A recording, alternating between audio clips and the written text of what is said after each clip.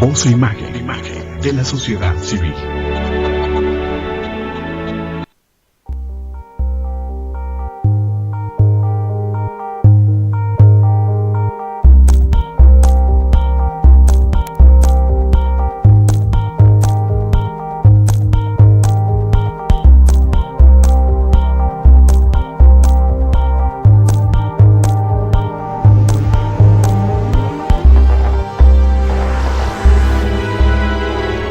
Canal Patrio, voz e imagen de la sociedad civil.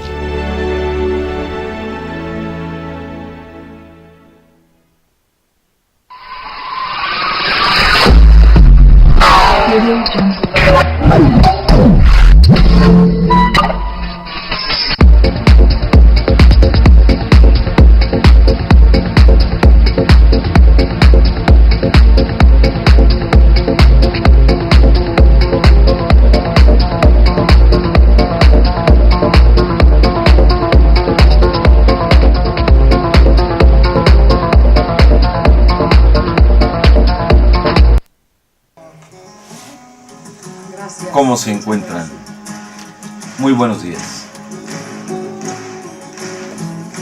Arrancamos este programa de temas, lemas y dilemas con un poco de música de fondo de esta enorme exponente de la música latinoamericana, Mercedes Sosa, la famosa negra. Este programa tratará nuevamente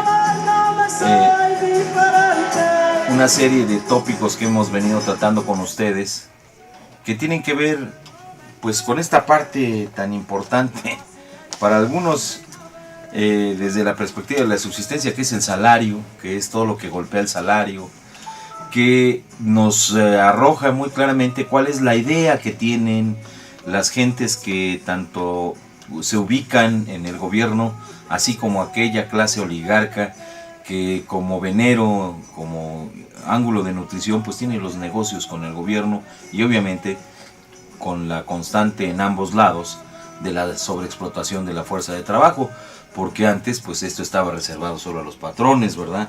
Pero hoy vemos al gobierno del Distrito Federal que trabaja bajo el outsourcing, Comisión Federal de Electricidad que trabaja con outsourcing, en fin, las formas de explotación más voraces pues ya no tienen límite ni división.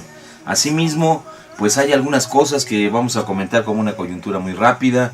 El hecho de la muerte de esta señora mal llamada la Dama de Hierro, que lo que ya supimos es que le faltaba hierro en el cerebro, y producto de lo mismo, bueno, pues muere de una enfermedad en el cerebro, ¿no? Pero bueno, los saluda a su amigo Oscar Leslie. ¿Cómo se encuentran, David? ¿Cómo te encuentras, Jorge? Bien, Oscar, buenos días.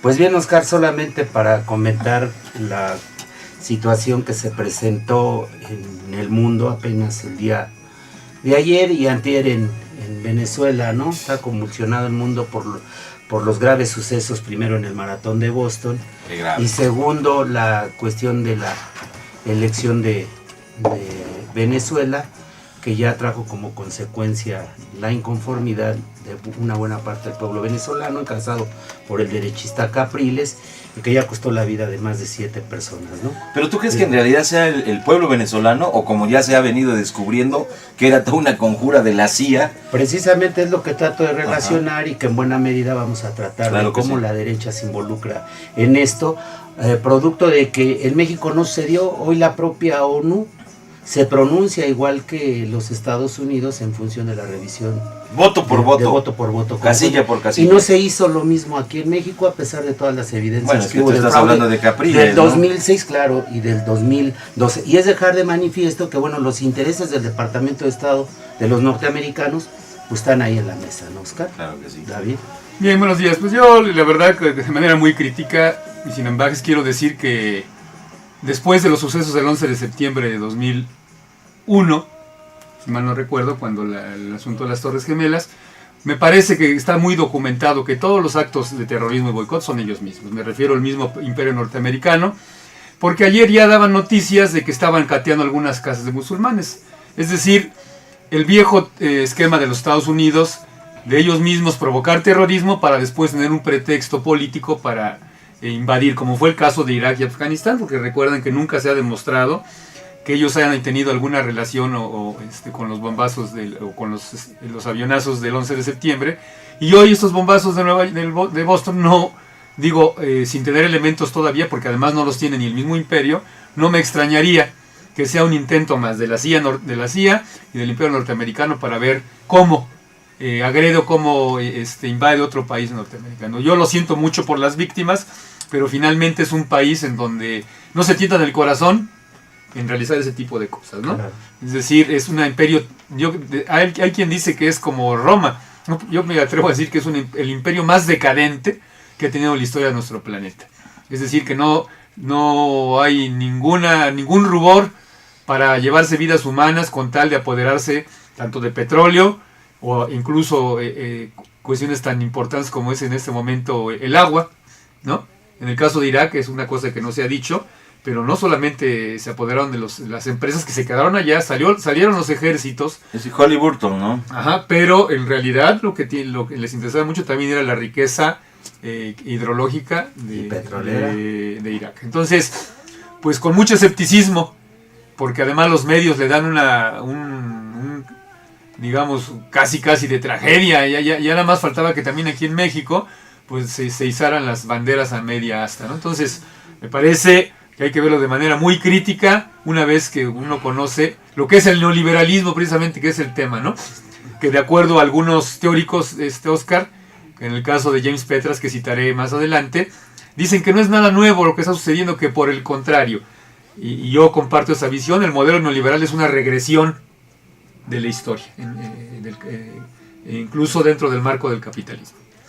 Sí, así es. Bien, pues entonces daremos paso al programa del día de hoy con los comentarios puestos o con estos comentarios puestos sobre la mesa, y pues no sé si les agrada que entremos en lo que pudiera ser menos profundo en cuanto a lo filosófico, pero sí como una muestra representativa de lo que significa el modelo neoliberal, o finalmente lo que significa el libre poderío de los norteamericanos, asimismo como el resto yo diría, el grupo de los 7, cómo interactúan en geopolítica en el mundo, con los conflictos como el que se estaba preparando o se está preparando en Venezuela, asimismo a la sazón de lo que está ocurriendo en Norcorea, asimismo con el problema, digamos, mundial, que significa la caída del precio del oro.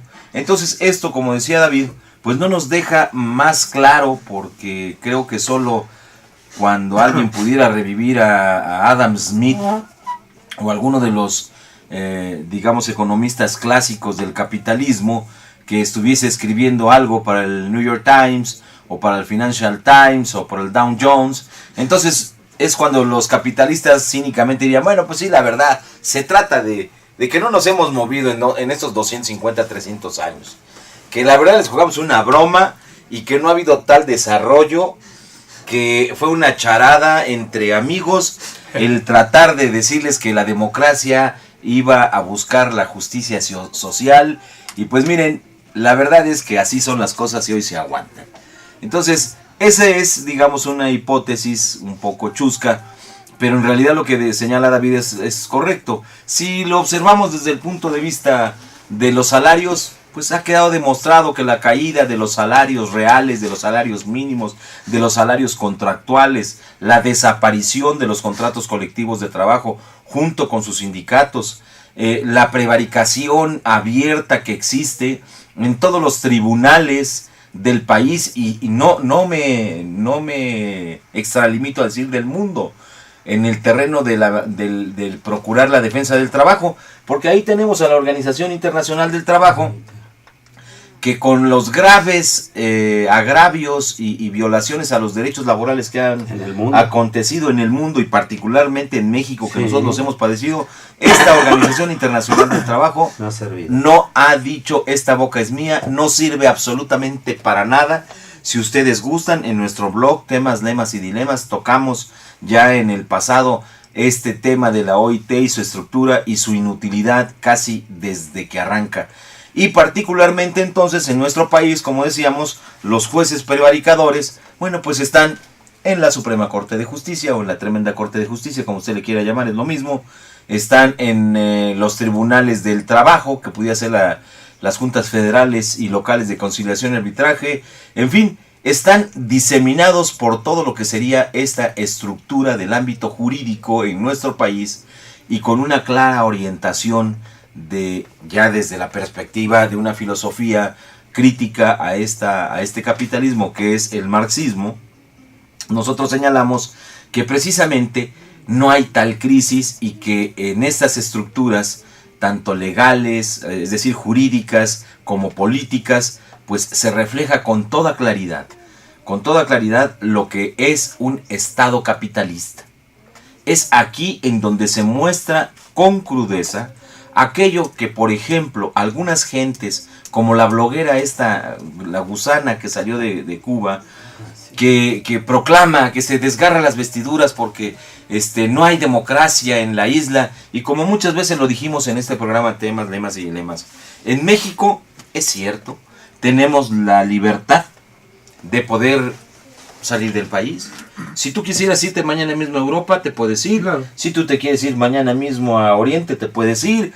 Si yo quisiera cambiarme de domicilio y, por ejemplo, voy y visito una casa a un lado de la casa de la familia del presidente de la República en las colonias más prestigiadas, yo, si quiero, me puedo cambiar, puedo comprar. Pero ahí está el término, si pudiera. Y hay mexicanos, millones de mexicanos, que nunca han salido de su barrio, que jamás en la vida han viajado ni siquiera al interior del país, que no tienen garantizado su seguridad social, es decir, no tienen garantizado el derecho a cuidar su salud, a protegerla y hacer que ésta no se vea en menoscabo. No hay procesos que garanticen la educación, más allá del escándalo que hicieron por la detención de Albester Gordillo. Simple y sencillamente en este país está cancelada la posibilidad de llegar a tener una educación media superior o superior de calidad, producto de que el país está en manos de unos bandidos que lo han venido secuestrando. Pero además, como hay notas recientes en la prensa, terminando de estudiar, ¿qué es lo que tienen los universitarios? El desempleo.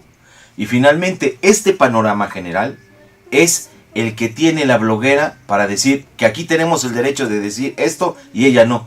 Bueno, pues simple y sencillamente la señora no sabe cuántos periodistas han muerto en este país, los medios de comunicación como el bombazo al Reforma, como el ataque al Proceso, a la revista Proceso. Las amenazas de muerte al periodista de Proceso, ¿no? Al que está, Jorge Carrasco, ¿no? A la revista Contralínea, por ejemplo, ¿no? Por su posición. Y concluyo con esto. Esto en México se permitió precisamente y se avaló cuando se le negó el triunfo desde el propio Cárdenas, que después él mismo fue y entregó el pechito, lo de más abajo del pechito volteado y todo por Playa Heréndira. Este señor fue y transó con la derecha, y por ello es que ahora es el prócer de la derecha para decir, esa es la izquierda que queremos, una izquierda empinada, una izquierda, pues como le llamamos al pozolito, pues simple y sencillamente un tipo vendido. Pero bueno, nos referiremos a las otras dos actuaciones de los norteamericanos en el país. Los triunfos electorales de 2006 de Andrés Manuel López Obrador y de 2012 está muy claro que son medidos con un rasero distinto como el que está ocurriendo en Venezuela, porque los intereses son distintos. Incluso el del 1988. Sí, es lo que Cárdenas y los dos de con Salinas de Gortari, ¿no? Entonces, abrimos el comentario breve, si quieren, de Venezuela. Sí. Y las orientaciones de carácter, pues, digamos, del imperio que tiene metido ahí en Venezuela, ¿no? Bueno, pues a mí me parece que la actitud de la derecha reaccionaria de Venezuela ha provocado este fatal desenlace de la elección del pasado domingo, Oscar David, a partir siempre de la influencia del imperio norteamericano. Si se permite esta injerencia, no tengo la menor duda que va a meterse en un conflicto, pues ni siquiera ya nacional, sino va a pasar las fronteras de Venezuela por los intereses tan marcados del Estado norteamericano, Oscar, David. Entonces, Capriles, yo no sé, avienta la piedra, esconde la mano a partir de que dice retirarse con esta protesta primero que había convocado, pero la respuesta ha sido bastante contundente del presidente Maduro. Y bueno, pues se están autoacusando en función de quererse responsabilizar de los acontecimientos que en lo futuro pudiera suceder en Venezuela, ¿no? Ha habido, y he escuchado yo a diferentes analistas sobre la situación en Venezuela, unos diciendo que se apresuró un tanto lo que es aquí el colegio electoral, allá se apresuró a dar el resultado final de la elección. Darlo como triunfador. Darlo como triunfador. Y por el otro lado también se expresa de que Capriles pues no acepta, ¿no? Esta decisión ya del ¿cómo se llama? Del Consejo Electoral de Venezuela. Entonces no sabemos, Oscar, David, qué vaya a suceder, pero ojalá. Pero solo un comentario ahí con lo que dices, Jorge Luis. Fíjense nada más, desde aquí queda claro cómo es la manipulación informativa en este país, en donde los analistas prestigiosos dicen, creo que se apresuraron. No se apresuraron. Lo que sucede es que en Venezuela hay un sistema electoral distinto al nuestro. En Venezuela, sí, sé cómo en es. el momento de llegar a votar, el venezolano no cruza un papelito que después es electrónico. Es electrónico. Sí. Y entonces, lo que se está recibiendo de información es lo que hoy se puede decir una información virtual en línea. Por ello es que al término de la votación se cierra unas cuantas horas después, solo se tiene que someter al escrutinio el 50.1% de lo que ellos le llaman, o lo que nosotros aquí tendríamos los resultados de los distritos electorales, es decir, por distrito. Es decir, cada distrito, una vez que termina la votación, cierran y evidentemente ya no hay el conteo de votos, esos ya se contaron. Sí, incluso, perdón Oscar, se dice que aquí efectivamente no es lo mismo, aquí sí se puede hacer el voto por voto, pero allá no va a proceder, a pesar de que mediáticamente lo solicitaron, en este caso Capriles, y lo ha hecho la Organización de Estados Americanos, así como los propios Estados Unidos. No hay forma, porque la votación es electrónica. Por eso es que de alguna manera en México quieren de continuar con esta desinformación terrible sobre lo que significa el Estado, digamos, venezolano y las formas de organización que habían alcanzado con Hugo Chávez. Simple y sencillamente esta forma de votar no da lugar a duda. Que sí, que hubo una elección reñida, pues sí. Que el señor Carriles, o el hijo de Bush, o el hijo del morenito que está en la Casa Blanca, quería repetir aquello que hicieron en la derecha en 2004 en ese país, en 2002 me parece. 2002. En 2002 de dar un golpe de Estado, era para él muy sencillo. Un golpe de Estado quisieron dar. Convoca Estados Unidos, Capriles, junto con todas las televisoras y la CIA, y lo único que hacen es, ellos sí, ya les descubrieron en su momento que llevaban infiltrados para tomar el Palacio Nacional de Gobierno, la Casa de Gobierno de Venezuela, y tomarla como una ocupación pacífica y de ahí dar el golpe de Estado. Miren qué ingenuidad. Pero bien. Que además, Oscar, perdóname, había que agregar la forma en que influyó la campaña sucia. Recordemos y digámosle al auditorio que se involucraron gentes también españolas al estilo mexicano de hacer la guerra sucia en la campaña electoral, y esto influyó para ahorita tener ese ambiente, ¿cómo llamarle? De crispación. De confrontación entre los propios venezolanos. Eso se debe a esas campañas sucias, a esa guerra sucia que se hace en lo electoral, ¿no? Tanto ya fue aquí en México y hoy lo quieren, que sí les resultó aquí y lo quisieron reproducir en Venezuela. Por eso en Venezuela le resulta, digamos, contrario en la situación del voto por voto en cuanto a su aceptación por parte de los organismos internacionales, como es la OEA, y bajo el mandato expreso de Washington. Es su apéndice. Y finalmente esto demuestra que el modelo económico neoliberal, del cual ya entramos para su trato, este es el ejemplo de cómo este modelo que es Tiene que sistémico, seguir, sí. este modelo es sistémico, nos referimos en su característica de sistémico, ¿por qué?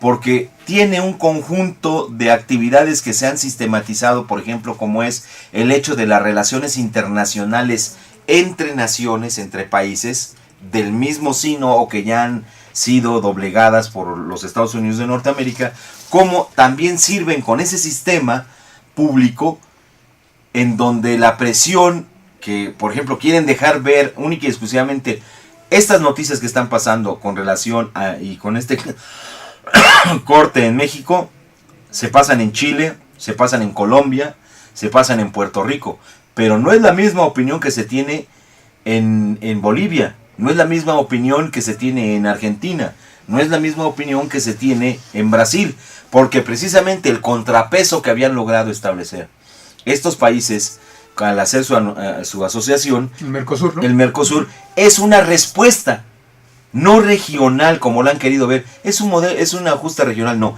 es la respuesta al modelo económico neoliberal en el terreno de la interacción de las naciones para entrar también con una respuesta supranacional y que se enfrente a esto que es el neoliberalismo. Neoliberalismo que por otro lado ha quedado claro, digo, en algunos lugares, porque en México y en muchos lugares del mundo quieren hacer creer que el neoliberalismo es producto de esta señora que ya se murió, Margaret Thatcher. Margaret Thatcher no crea ni desarrolla pensamiento económico cual ninguno, sino simple y sencillamente ella, al igual que el dictador Pinochet, pone en marcha las teorías de la Escuela Económica de Chicago, en la ciudad una ciudad de Estados Unidos, en donde Milton Friedman y otro conjunto de economistas desarrollan esa teoría. Esa teoría económica se desarrolla, digamos, a principios de los años 70 y es puesta en práctica por primera ocasión con el golpe de estado de Augusto Pinochet. En Chile. ¿Sí? Entonces, no es, como se ha venido diciendo, que es la señora que cambió al mundo, no. Simple y sencillamente que para el momento en que ya la señora llega al poder, que es 1999 me parece, ¿no? No, 1979. 79. En 80 empieza a implementar estas En políticas 79 económicas. llega ella después de que tenía ya 6 años de implementación en la República Chilena. Entonces, si gustan, podemos arrancar por ahí. Bueno, ese es el origen del neoliberalismo técnicamente.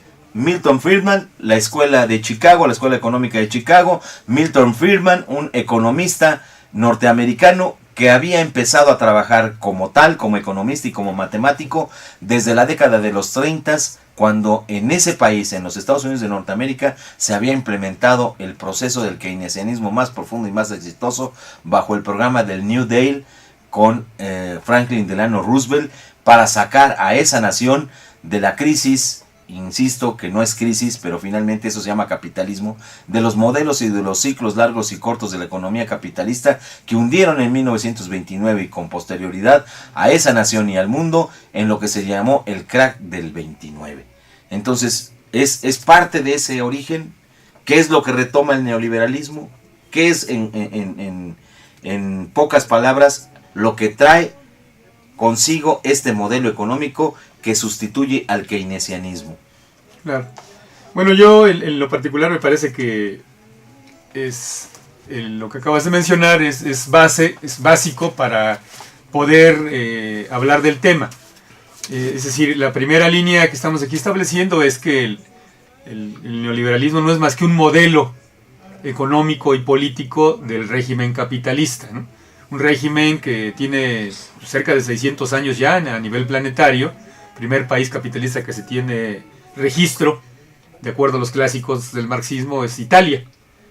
Y a partir de ahí empieza el desarrollo en Europa, en países como Francia, Alemania, Inglaterra, y a tal grado que en su momento Carlos Marx y Federico Engels plantearon que el modelo del desarrollo capitalista en términos económicos era Inglaterra en sus tiempos, y el modelo, digamos, del desarrollo del capitalismo en términos políticos era Francia, ¿no?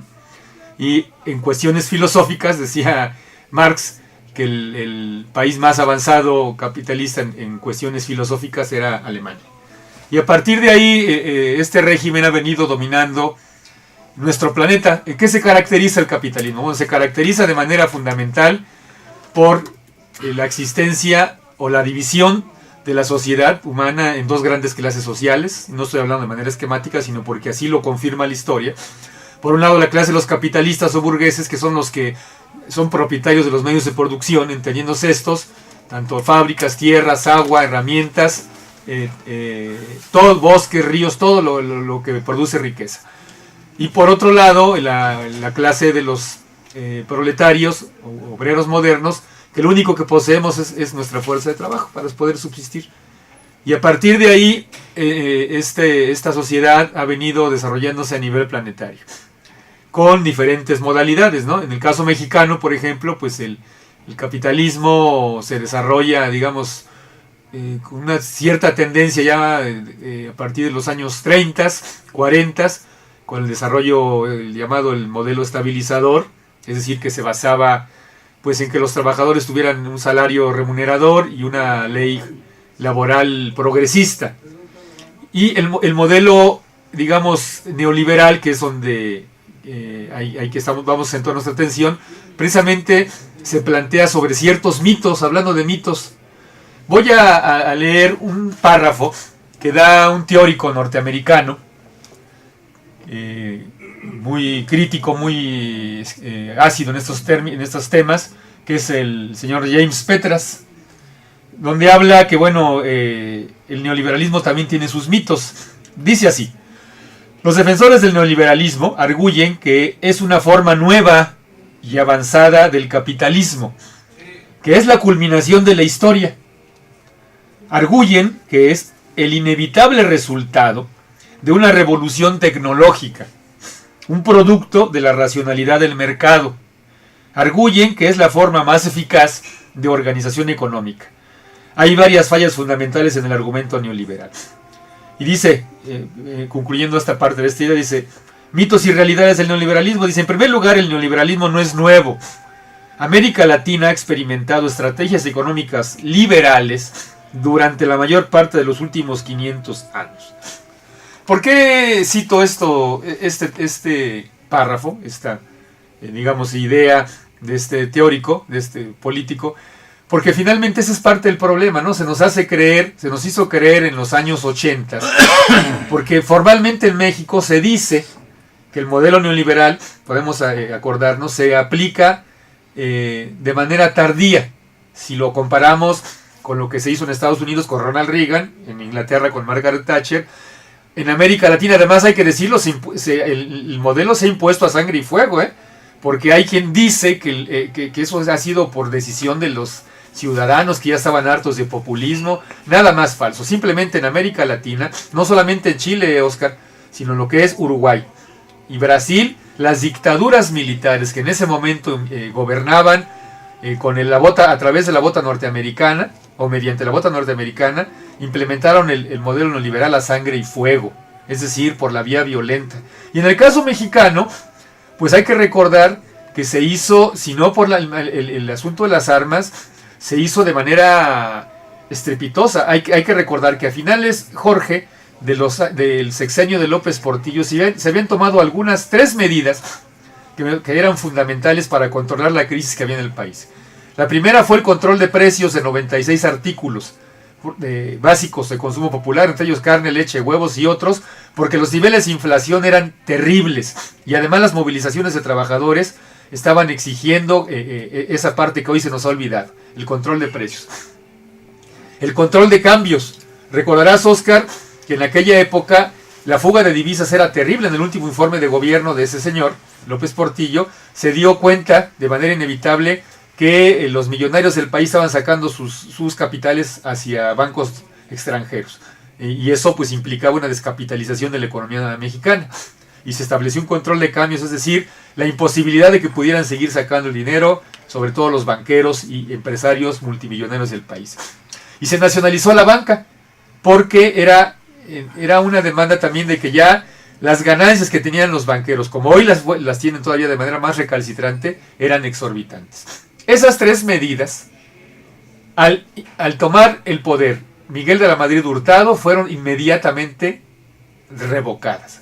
Ese fue el inicio de manera formal del modelo neoliberal en México en 1982, pero hay quien dice, yo incluso lo he escuchado de tu parte, Oscar, y además comparto esa visión, de que aunque no era tan formal, pero ya las primeras medidas económicas neoliberales se dieron en 1977-78 con las llamadas cartas de intención que firmó el gobierno mexicano con los Estados Unidos, con el Banco Mundial, que en realidad el Banco Mundial, nos decía este señor John Saxe Fernández, que es el Fondo del Tesoro de los Estados Unidos, la Secretaría del Tesoro, porque es quien da el dinero.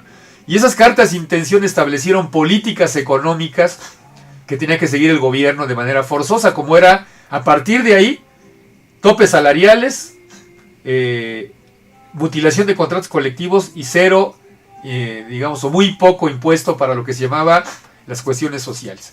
Entonces, en México también no fue nada tersa la implementación del modelo neoliberal, y se basó particularmente en una situación que hoy la estamos pagando terriblemente.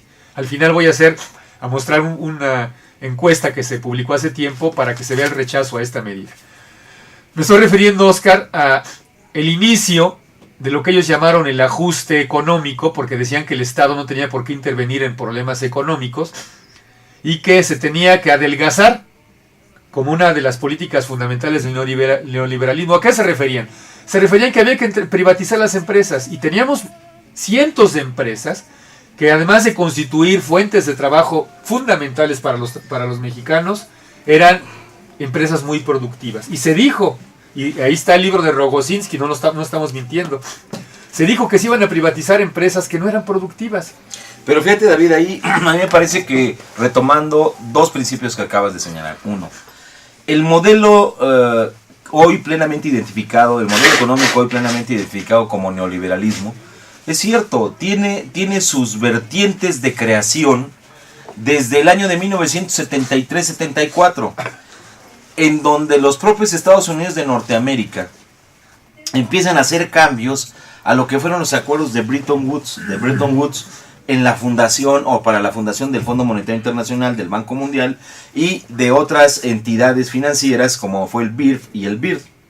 Bien, en ese momento que empiezan a transformarse esas relaciones, y concretamente me refiero al patrón oro. Es decir, los Estados Unidos de Norteamérica, para ir rápido, al final de la Segunda Guerra Mundial, en estos acuerdos de Bretton Woods, quitan el patrón oro, es decir, como medida internacional del intercambio monetario y de mercancías. Antes era el oro. Después, a partir de estos acuerdos, fue el dólar. En el momento en que el dólar entra, después de la Segunda Guerra Mundial, a ser la moneda de cambio, obviamente la economía norteamericana se ve fortalecida tanto por su industria, una industria que había crecido enormemente para la industria militar y después fue reconvertida a la industria del consumo, pero también la otra circunstancia: Estados Unidos era el dueño de la maquinita de hacer billetes. En el momento que requería flujos de capital para financiar su expansión o para financiar cualquier proyecto que él autorizara por la vía de estos acuerdos de Bretton Woods y a través del Fondo Monetario Internacional, el Banco Mundial, entonces lo único que tenía que hacer es echar a andar la maquinita de hacer billetes. Y está muy claro que la política económica prevaleciente hasta antes de estas fechas, entre 1937 para algunos países, 35, hasta 1973-74 con la crisis del petróleo a nivel mundial, era el keynesianismo, es decir, el famoso estado de bienestar. Sí. Ese estado de bienestar en donde encajaba precisamente que un estado, para garantizar que hubiera pleno empleo, había, y en México se daba mucho el caso, como siempre, los oligarcas parasitarios oriundos de estas tierras, que digamos son los oligarcas nativos, pero no nacionales, porque esto no tiene nacionalidad, el dinero no tiene nacionalidad. Estas gentes, por ejemplo, arrancaron en la década de los 40, sin ninguna experiencia industrial, a hacer bicicletas. Y de pronto, cuando vinieron los problemas estructurales, por ejemplo, para ese rubro, e iban a quebrar las grandes fábricas de bicicletas, estoy hablando de bicicletas Cóndor de México, Acermex, que por cierto hubo una huelga terrible en los años 70 en esas fábricas, en la lucha obrera. Simple y sencillamente los patrones decían, pues yo me voy a la quiebra, y como en este país a la quiebra nadie me responsabiliza de nada, ni me tengo que dar un balazo. Total impunidad. En la impunidad, allá que se fríen los trabajadores. Entonces el gobierno, en esa etapa todavía del keynesianismo, del Estado benefactor, pues compraba las empresas. Sí. Incluso las rescataba. Las rescataba, y por eso se adquirió empresas de vidrio, de juguetes, de bicicletas, hoteles. ¿Por qué? Porque simple y sencillamente se la pasaron siempre rescatando a la oligarquía, como igual ahora, como en la actualidad. Si nosotros analizamos los procesos de desarrollo capitalista en Nuevo León, en donde se ha hecho que es el milagro de los empresarios, bueno, nada más hay que ver cómo crece Aceros Planos de México, cómo crece Vitro, todas haciendo negocios con el gobierno, todas siendo favorecidas con el gobierno a través no tan solo de las compras, sino de otros elementos que nosotros tenemos muy claro. La venta de energía eléctrica a partir de la nacionalización de la industria eléctrica, es decir, de 1960, la energía eléctrica era un regalo para los industriales. Así es. El petróleo subsidiado para los industriales. La exención hacendaria de impuesto para los industriales. Entonces, ese es el fondo que en realidad hizo que se quebrara o se, creciera, se hiciera crecer al Estado, que después este señor Milton Friedman, a partir del año de 1976, en que gana el premio Nobel de Economía, pues decide que hay que adelgazarlo. Y la brillante idea que tiene, que no es tal, es simple y sencillamente regresar a las condiciones económicas originarias, primarias, aquellas que surgieron de las relaciones primitivas en la revolución industrial entre los dueños de los medios de producción, como bien señala David, los patrones y la naciente clase obrera.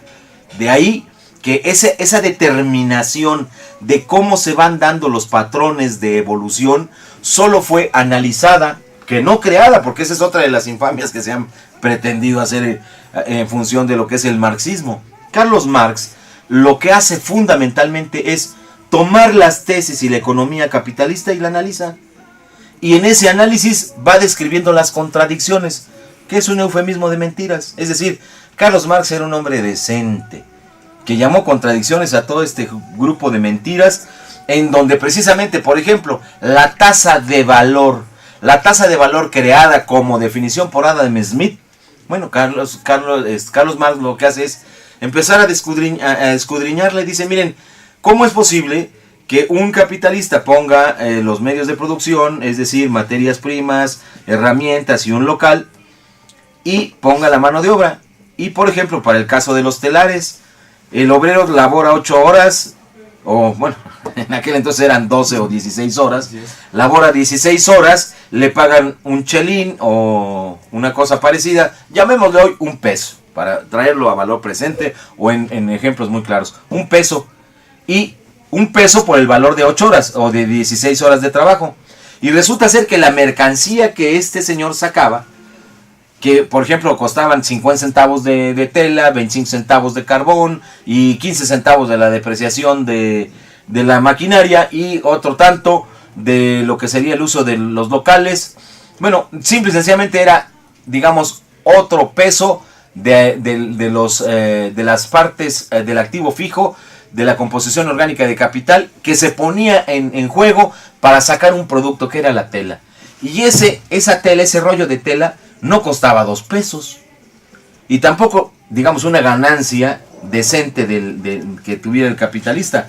Esa tela costaba 8 pesos. Es decir, vean lo que es la tasa de ganancia, el plusvalor, que son las definiciones que Carlos Marx no crea, sino que las analiza y las pone al descubierto de cómo son utilizadas en su expresión más concreta para explotar al trabajador y cómo medrar con la población en función de generar una sociedad de consumo, una sociedad del capitalismo, en donde cuando arranca, pues los gobiernos, incapaces de comprender todo esto, tenían como meta el dejar hacer, el dejar pasar.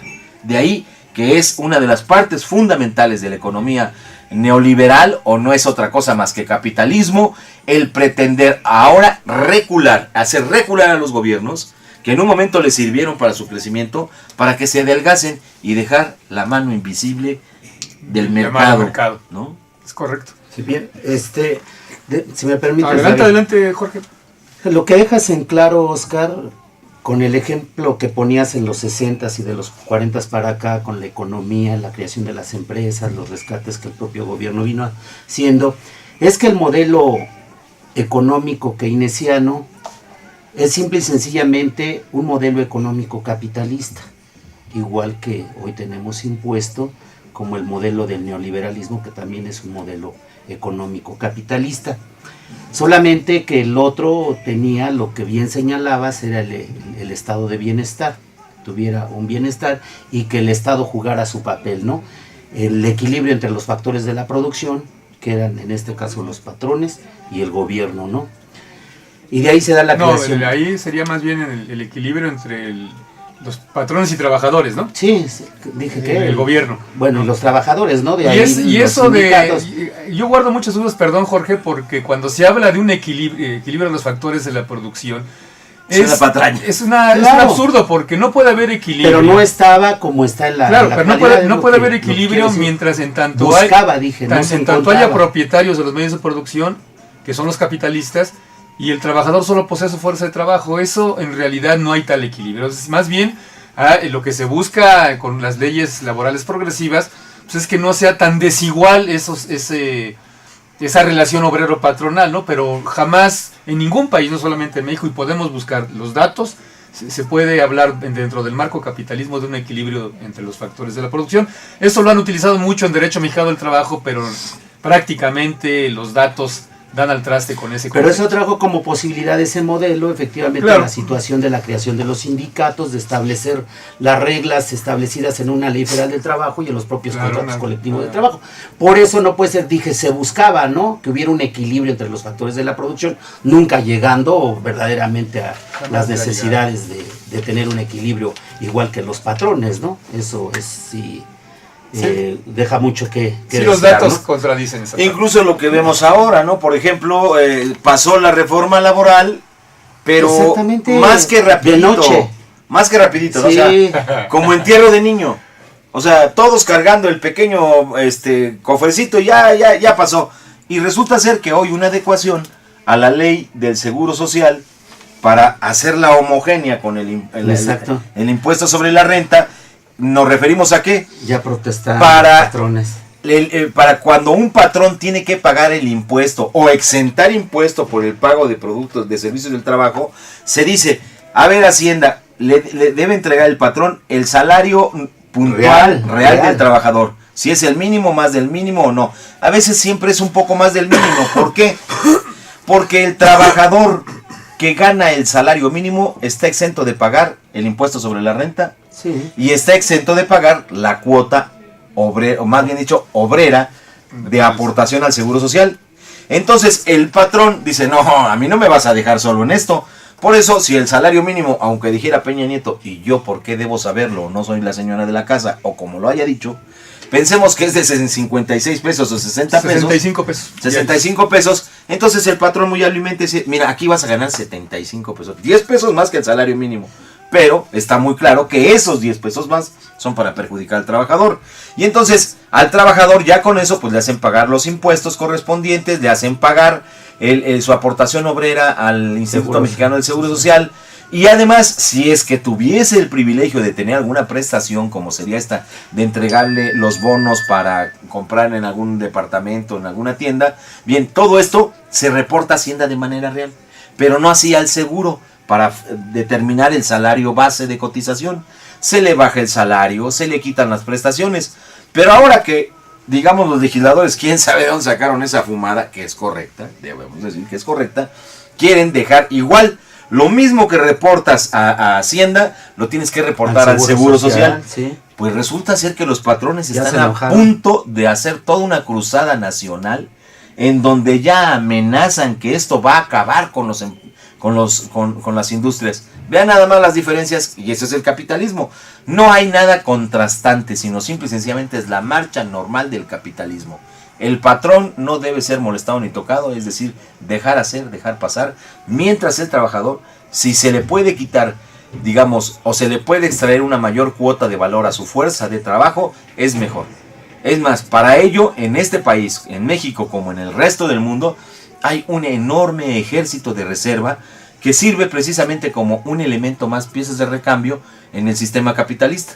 Aproximadamente ese ejército de reserva, los datos que da el CAM de la UNAM es de 8.500.000 trabajadores en receso o desempleados. Parados, desempleados. De ¿no? acuerdo a los datos que da el INEGI, son 2.700.000. Aquí el problema radica en que las mediciones que hace el INEGI están en contra, Jorge, de lo establecido por la norma internacional. Si tú vas y pides trabajo ahorita y te lo niegan, entonces el INEGI dice que no eres desempleado, que estás digamos, disponible. Ajá.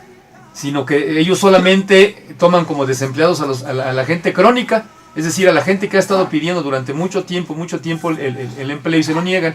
Entonces, claro que hay una diferencia de millones, ¿no? Porque 2 millones, casi 3 millones que reporta el INEGI contra más de 8 que los expertos en el tema económico reportan en nuestro país, pues es muy considerable. Entonces, hay una trampa ahí del INEGI para ocultar una cuestión muy severa, porque estamos hablando de que prácticamente 9 millones de trabajadores no tienen un solo quinto para llevarle a su familia algo para comer. Entonces, esa es la realidad de lo que ha generado ese modelo de capitalismo salvaje llamado neoliberalismo en materia de empleo. Y esto sin sumarle el cúmulo de ejército de desempleados que hay ahora con la cuestión esta de la ley laboral, ¿te refieres? No, de los ambulantes, ¿no? Los okay. La economía informal. Exactamente, ¿no? Que es producto del desempleo que existe en este país. Pero ahí, como bien lo dices, estos ya de plano dijeron, yo me voy a la economía informal. Ven el anuncio de que hay empleo en una fábrica y dicen, no, yo ahí entrarle no voy a esa fábrica. Yo sigo vendiendo mis cosas afuera, no pago impuestos, estoy en un circuito independiente de la economía, no necesito financiamientos bancarios. El mafioso de aquí al lado me presta crédito con usura. Yo le pago un 4%, un 8% a la semana. Yo compro cualquier bisutería, la compro en $1 y la vendo en 4 y me resuelvo el problema, ¿no? Muy bien. Sí, fíjate que Oscar, ya en un programa o en algunos programas habíamos tratado este tema del neoliberalismo y habíamos mencionado que por ahí habíamos leído un libro de Manu Dormelier en relación a lo que para ella significa la implementación del neoliberalismo en México y que su libro se llama El PRIAN, un partido bicéfalo, ¿no? Y por aquí saqué un extracto de algunos párrafos del libro de ella, Oscar y David, en función de lo que representa, ¿no? Pues primero es comentario mío, la política económica que se impuso en el mundo actual, el neoliberalismo, pues es un modelo que ha fracasado, nosotros lo hemos sostenido, que no representó mejoras en la condición de los seres humanos como trabajadores, y bueno, ha traído sus consecuencias. Es un fracaso desde mi punto de vista el neoliberalismo, y había que, si no se entiende en el mundo que tiene que cambiar el sistema económico, vamos a seguir de la misma forma o peor, creciendo millones y millones de gente pobre y desempleada, ¿no? Fíjate que ahí, precisamente haciendo un corchete, esa parte que dices es sustancial. Tengo aquí a la vista, lástima que no puede verse la cámara, no lo puede enfocar, una encuesta muy rápido, Jorge, que da Julio Volvinic del Colegio de México. Dice ingreso laboral y total por hogar, es decir, los estratos y niveles de miseria al 2010 en México, Oscar. Lo voy a decir muy rápidamente por esa cuestión que afirma Jorge. En porcentaje, desgraciadamente aquí no dio el número, que es lo que dice un poco más, ¿no? Porque luego los porcentajes como que no nos dicen. Pudiésemos hacer un ejercicio de concreción. Lo podemos hacer después. Indigentes, ¿cuánto representa de la población total en México los indigentes? Es decir, la gente que no tiene ingreso alguno y que vive prácticamente en una pobreza súper extrema. 32%. de indigentes. El 32% de 115 millones. 115 millones, estamos hablando de 32, cerca de 40 millones. Población, pobreza intensa. Es decir, la indigencia va más allá de la pobreza extrema. El 22%, si mal no veo, porque ya necesito lentes. Pobreza moderada, que digamos es gente que apenas si tiene para comer, 29%. La llamada clase media, es decir, un sector que está desapareciendo, ya no hay, es prácticamente poco representativo. La llamada clase media en vías de extinción, es el 7%, Jorge, y la clase alta, es decir, todos aquellos empresarios, capitalistas, burgueses, que son los que realmente tienen la riqueza en este país y por lo tanto son los responsables de eso que estás diciendo, Jorge, sí, de que este país esté, no solamente este país, sino el mundo esté en niveles de miseria terrible, y no solamente eso, sino que la especie humana en peligro de desaparecer, porque no solamente es el asunto de las guerras, sino cómo se ha mal administrado la riqueza natural.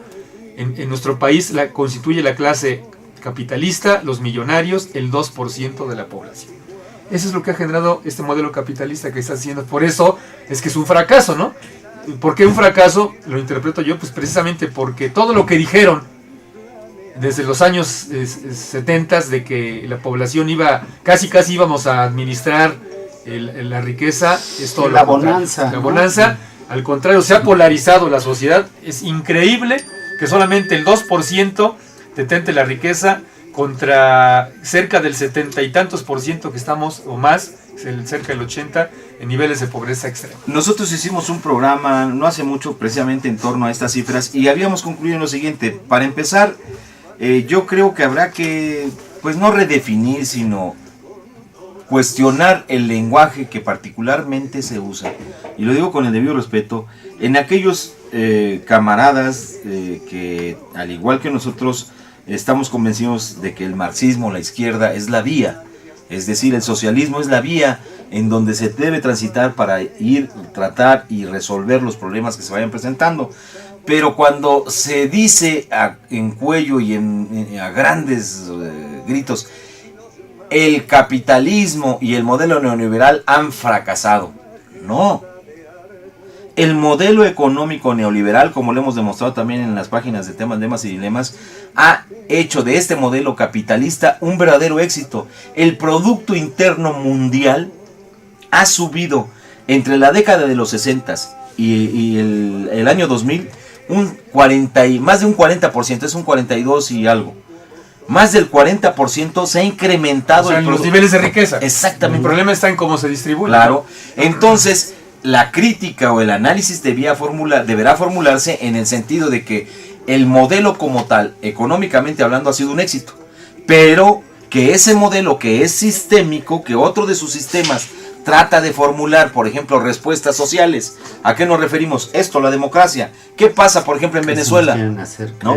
Sí. En Venezuela hay una crisis social, producto de la democracia, de que no se alcanza en ese modelo capitalista, porque a querer o no, cuando Chávez tenía ideas distintas y que de alguna manera... Van a enviar el socialismo ellos, ¿no? Iban en esa vía. Está claro que el modelo de su país era capitalista, porque evidentemente ahí está Capriles, están los empresarios, están los dueños de las televisoras. Entonces, evidentemente, lo que nos queda por analizar y determinar exactamente es cómo calificar, cómo identificar a esas partes del modelo económico que sí no han encontrado una respuesta que les esté funcionando y que por el contrario los esté metiendo en severos problemas, como es el caso y las contradicciones de Venezuela, que allá sí piden voto por voto porque se trata de imponer a la derecha, y aquí le negaron el voto por voto porque era impedirle el paso a la llamada izquierda, que no tenía nada de izquierda, sino era gente progresista. Que incluso ¿no? es lo mismo que en Venezuela, no me digan, no, claro, mediáticamente le hacen creer al mundo que Venezuela es un país netamente socialista. Más bien hay que decir que la política de Chávez tenía un sentido social, Así es. pero Más no amplio, necesariamente su gobierno era socialista. Ni él era y acabas de socialista. ejemplificar tú, ahí están los empresarios, ahí está con quien se hace negocio el gobierno de Venezuela, Oscar. Eso es lo que quieres tú dejar en claro. Mira, retomo las frases que dijo Manu Dorverier en este libro, desde su perspectiva lo que es el neoliberalismo y cómo se impone en México. Ella dice que aquí en México se creó un partido bicéfalo de 2 cabezas y ella le denomina que es el PRIAN. Y dice que los últimos presidentes les hemos pagado los mexicanos para que cumplan con la encomienda del neoliberalismo, impulsado por el Departamento de Estado. Y más adelante... Se refiere a Norteamérica, sí, Estados Unidos. Y el famoso acuerdo aquel que ya dijiste, los acuerdos de Bretton Woods. El acuerdo de Bretton y luego Woods. Con el consenso de Washington, Oscar. Más adelante dice que el PRIAN es un partido doble que creó Carlos Salinas de Gortari al inicio de 1989, con jerarcas panistas que lo legitimaron, pues había perdido en las urnas la elección de 1988 a manos de Cuauhtémoc Cárdenas Solórzano. Salinas requería de la legitimación, ya que el escándalo en ese momento era mayúsculo. El tiempo demostró que se trató de un asalto brutal al poder. Con la imposición de Salinas, según Manú, dice, se dio la imposición del neoliberalismo en México. Así lo describe ella. Candidato del Departamento de Estado, la principal misión de Salinas era colocar a México en el primer mundo, como se nos quiso hacer creer, eso nos acordamos perfectamente. Según el diseño colonial del Banco Mundial, ya dijiste tú, Oscar, del BID, de su amigo George Bush, padre, y luego como consecuencia, pues seguramente su hijo, y todo esto envuelto en lo que ya tú hace rato ejemplificabas, en una salsa denominada democracia, según Manu, ¿no? Concluyo el último párrafo que extraje, Oscar. El PRIAN fue fríamente cálculo dentro del absoluto convencimiento de los actores de esa jugada binacional que en México nos quisieron hacer creer que existe una democracia, a modo, eso sí, pero a las órdenes de los norteamericanos, y que México se ha convertido, concluye ella, siendo que es un apéndice del imperio norteamericano o el patio trasero de Norteamérica. ¿Qué les parece estos estratos que saqué de este libro de Manu Doble? Pues es una caracterización de lo que es el neoliberalismo en México. Es una caracterización muy clara de lo que ha sido el periodo precisamente de este cambio de entre el keynesianismo, el estado de desarrollo, el estado de bienestar o las políticas del desarrollo estabilizador. Pero bueno, hemos llegado nuevamente al final de este programa, se termina el tiempo, nos quedan escasos par de minutos y pues entonces habrá que cerrar este programa. Yo me despido con ustedes señalándoles que por favor, si es que hay algo de interés en estos temas, vean ustedes los diversos programas que se elaboraron en temas, lemas y dilemas, en donde vamos desde la definición o tratar de poner en claro cuáles fueron los orígenes del neoliberalismo, cómo se ha venido desarrollando, qué es lo que forma parte del neoliberalismo. Todo ello lo pueden encontrar en nuestro blog Temas, Lemas y Dilemas desde el año 2012 hasta la fecha, con mayor precisión, entre el mes de junio, julio y los meses subsecuentes hasta entrar en enero y febrero, que también hicimos programas a ese respecto. Nos despedimos de ustedes, David. Pues simplemente concluir que uno de los impactos más severos que ha tenido este modelo es en el aspecto ideológico. No solamente ha sido el empobrecimiento, la polarización de la sociedad en términos económicos, sino en términos ideológicos. En el caso mexicano, estamos en un proceso de recolonización ideológica, es decir, a la gente se le hace creer que nada se puede hacer, que este régimen es el fin de la historia, que ya no hay nada que hacer y que, pues, que como siempre ha sido así, siempre vamos a estar en niveles de pobreza. Y esto no es así. Hay alternativas y me parece que este tema pues nos vuelve a llevar otra vez a eso que hemos planteado, que la alternativa es construir un modelo diferente en el que nadie explote fuerza de trabajo, en el que todo el mundo que tengamos capacidad para hacerlo trabajemos y que la riqueza sea distribuida de manera equitativa. Y ese régimen se llama socialismo. Bien, nos despedimos con un poco de música. De alma de hombres, los unos se alimentan, los otros su alma dan a que se nutran y perfumen su diente los glotones. Se va muy rápido, ¿no? Como el hierro frío en las entrañas de la Virgen. Es que una hora es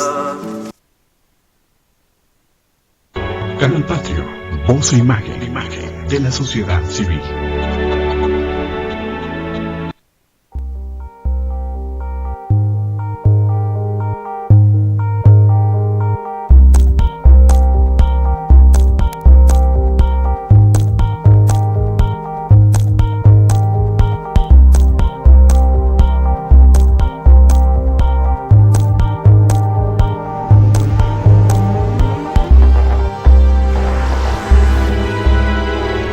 Canal Patrio, voz e imagen, de la sociedad civil.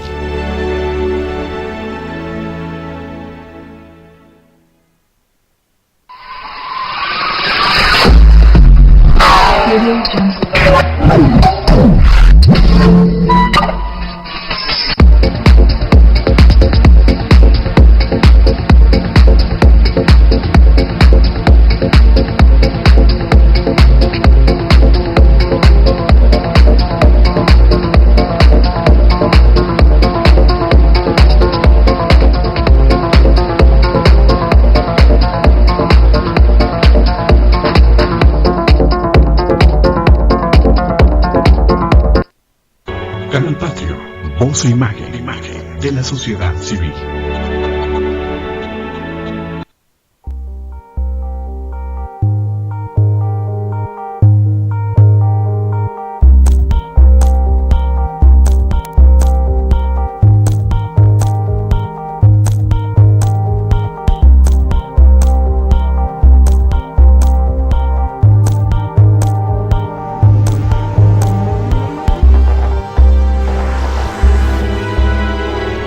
Canal Patrio, voz e imagen, de la sociedad civil.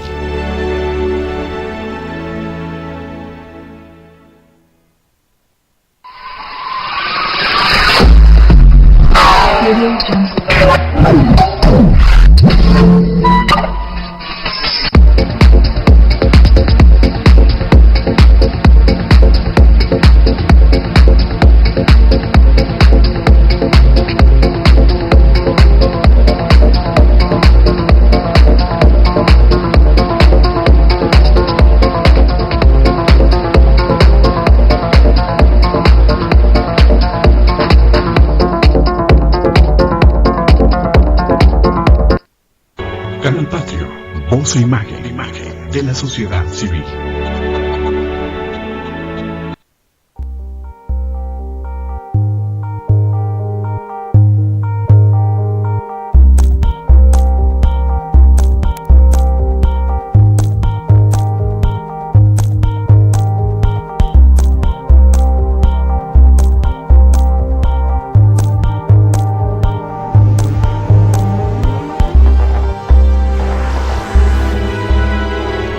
Canal Patrio, voz e imagen, de la sociedad civil.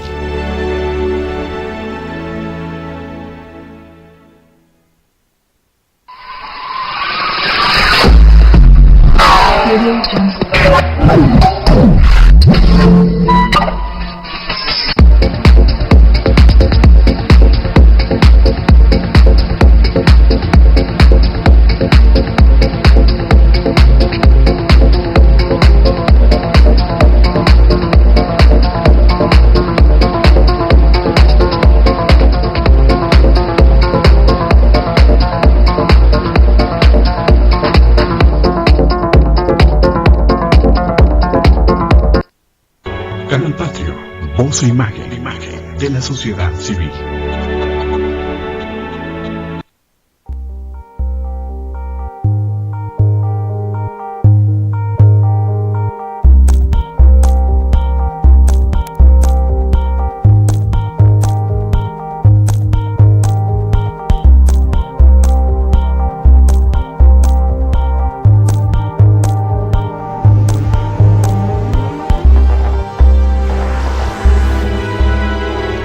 Canal Patrio, voz e imagen, de la sociedad civil.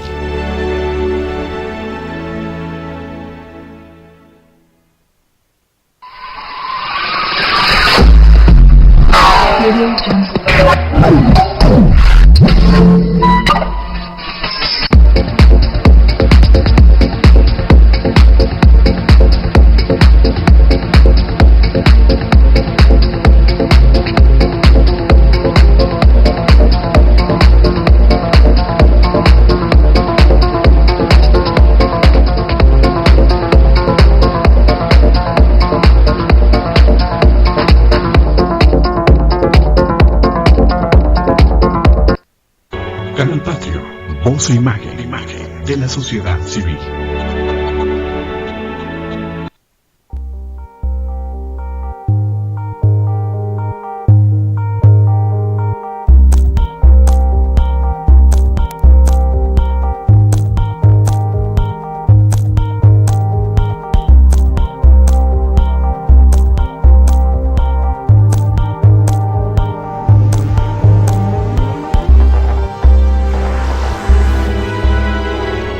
Canal Patrio, voz e imagen de la sociedad civil.